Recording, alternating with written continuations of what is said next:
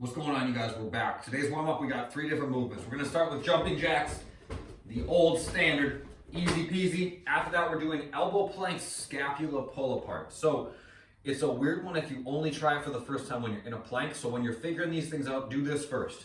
If you've done it before, omit this. It's all good. If you haven't, try this. Put your hands out in front of you and then pull your shoulder blades back as far as you can and then pull them apart. Once you've done a few of those and you feel like, okay, I got a pretty good feel for how my shoulder blades move, then do the same thing like this. Shoulder blades pull back together, then they pull apart. Pull back together and pull apart. This is exactly what we're gonna be doing, but now we're gonna be horizontal. Okay, so my arms are in front of me in an elbow plank here, and I'm slowly pulling my shoulder blades apart and then pulling them back together. Back and forth like that. We'll do 20-second intervals.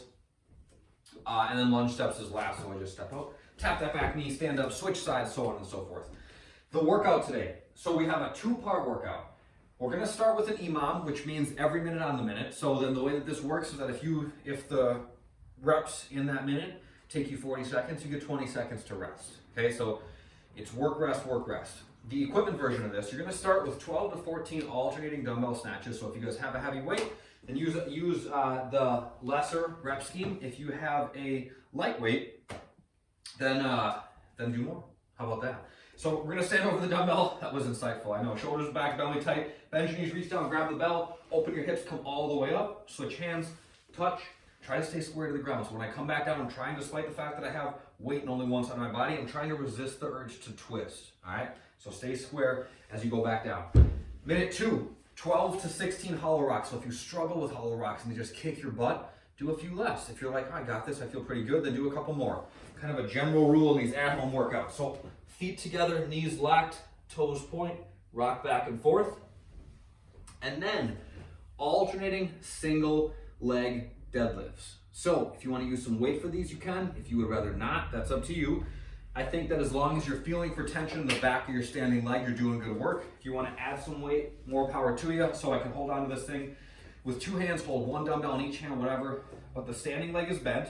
The lifting leg is going to be locked. So I'm going to fold forward nice and slow. Slow, slow, slow, slow, slow. Feel some tension in the back of that standing leg, and then I stand back up and switch sides. So these are not metabolically challenging. I'm not going to be breathing super heavy as I do them, okay? Dumbbell snatches, hollow rocks, maybe a little bit more so. But for the single leg deadlifts, you should be a little bit more under control. Go at a little bit slower pace. So if it takes you the whole minute, it's not the end of the world. Okay, make them perfect. That's where it's at.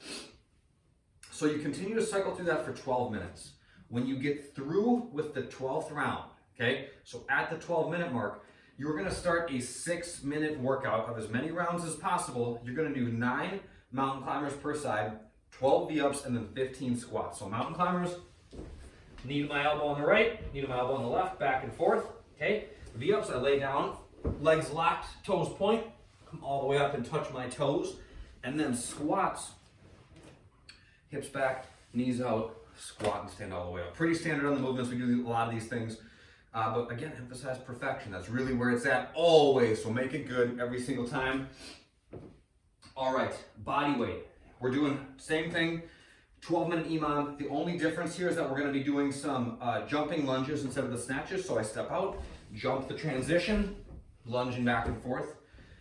Hollow rock, same thing. Alternating single leg deadlifts can be unloaded or they can be with an odd object. You guys choose.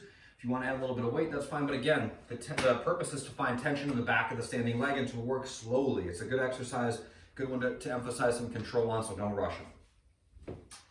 The workout is going to be the exact same thing. Mountain climbers, V-ups, and squats. And then we're doing the pigeon stretch for 3 minutes per side. So I get my front leg perpendicular to my body. I walk my hands back a little bit, get my torso to vertical. I can hang out like this. I can fold forward, whatever. We're just chilling 3 minutes per side, working on some rotation in the hip. That is ever important. We want to make sure that that stays available to us. So we got to get there every once in a while if we want to make sure that we maintain it. That's that for today, you guys. Enjoy the workout. Take on the mobility. That's all I got. Have a good day. I'll see you next time. Bye now.